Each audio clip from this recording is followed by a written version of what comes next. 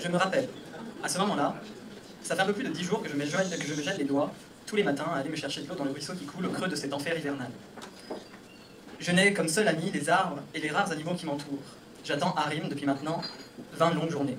Je n'ai qu'une bicoque mal isolée pour abri, enfouie sous ses géants résineux et d'une épaisse couche de neige. Je n'ai qu'un manteau de cuir et une couverture de fourrure, doublée d'un mélange de chanvre et de laine, pour me tenir à l'écart du froid.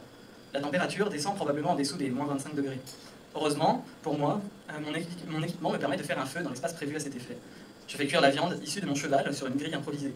La pauvre bête est morte des suites d'une fracture du métatarsien principal. Je dis enfouir la viande sous des roches trouvées dans le lit du cours d'eau afin de le protéger des bêtes sauvages. Je dois faire preuve de vigilance car cette nourriture, rare en ces temps difficiles, attire tous les prédateurs, charognards et opportunistes de la région. L'idée de me réveiller face à un ours des montagnes ne m'enchante guère. On n'était pas les premiers à s'aventurer dans ces vallées, écrasées sous ces pics vertigineux, dans l'espoir de gagner une certaine liberté. On a d'ailleurs dû éviter des patrouilles de reconnaissance à de nombreuses reprises, jusqu'à ce qu'on soit obligé de nous séparer. On a dû gravir 2 cols de plus de 4000 mètres, on a fait des croquis à l'échelle de plusieurs de ces montagnes et on a complété des cartes que nous avions en notre possession. On peut remercier les gardes de l'entrepôt de ne pas être plus vigilants. Grâce à eux, nous avons pu prendre le nécessaire pour faire de l'escalade encordée, des rations supplémentaires et des munitions pour la chasse. Moi et Harim sommes de vieux montagnards, aguerris par les nombreux sommets que nous avons gravis ensemble. Cela faisait 2 semaines que l'on marchait dans l'espoir de retrouver la civilisation. On est tombé sur un groupe d'une trentaine de patrouilleurs.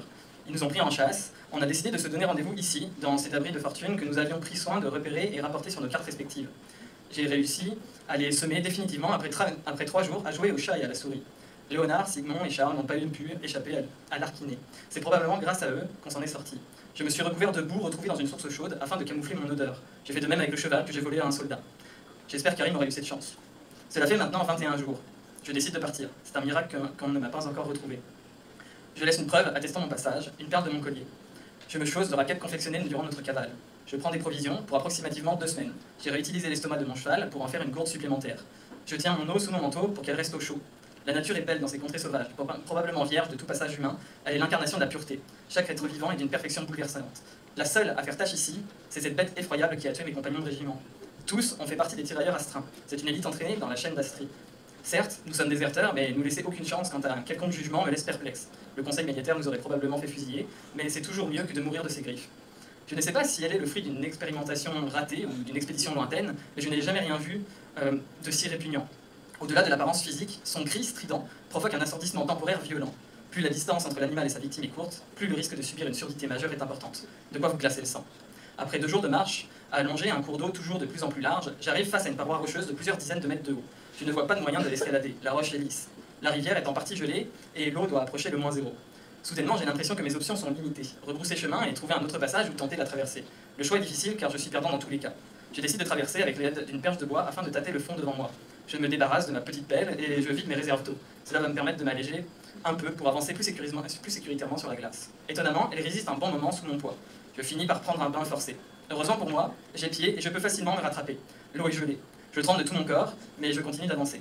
Arrivé de l'autre côté, je n'arrive pas à me hisser sur la glace qui casse sous mes tentatives successives. La situation devient de plus en plus difficile car je m'épuise et je peine à rester debout dans le courant qui me paraît toujours plus fort. L'épuisement a raison de moi et je reste à moitié échoué sur une plaque de glace que je ne peux gravir. Mes yeux se ferment tout seuls, j'ai de la peine à ne pas m'endormir. Ma peau est recouverte d'une pellicule de glace. Je ne sens plus mes extrémités. Soudainement, une corde avec une boucle vient s'écraser juste à côté de ma tête. Je réalise la chance qui se présente à moi et je déploie un effort surhumain pour la prendre en main et la passer autour de moi. Tous mes gestes se font au ralenti. On me tire en dehors de l'eau, doucement, mais sûrement. Je me retrouve sur la glace. On vient me chercher et on m'entraîne, puis on me porte. Je perds connaissance. Nous y voilà. Je ne peux que te remercier pour ça. Myrtille le regarde avec intérêt. Elle tient l'arme de celui qu'elle a sauvé, quelques heures auparavant. Elle reste un peu sur ses gardes. Puis elle prend la parole à son tour. Ne me remercie pas, tu es la première personne que je rencontre depuis des semaines. J'ai aussi échappé à cette bête et à ces hommes. Mais pourquoi avoir déserté? Jonas réfléchit un instant, puis répond. Officiellement, on nous a envoyés ici pour du maintien de l'ordre et de l'exploitation de nouveaux territoires. Nous ne sommes en fait qu'une force d'invasion qui agit dans l'ombre. Je ne voulais pas prendre part à ça. Alors qu'ils discutent, ils entendent des voix lointaines. Ils éteignent le feu pour ne pas être repérés. Ils espèrent tous deux que la grotte qui leur sert d'abri n'attirera pas de la potentielle menace. Le bruit se rapproche. Le fugitif reconnaît le parler des hommes qui arrivent vers eux.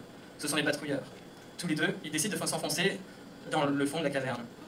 Une roche se décroche sous le pas de Jonas. Après qu'elle eut fini de faire un bruit infernal, un crissement aigu les étourdit.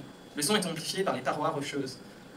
Dans son état, il ne peut pas aller bien loin. D'un commun accord, Myrtille laisse Jonas à un funeste destin. Elle s'enfonce dans la galerie, sans source de lumière. Au loin, elle entend un hurlement qui la glace d'effroi.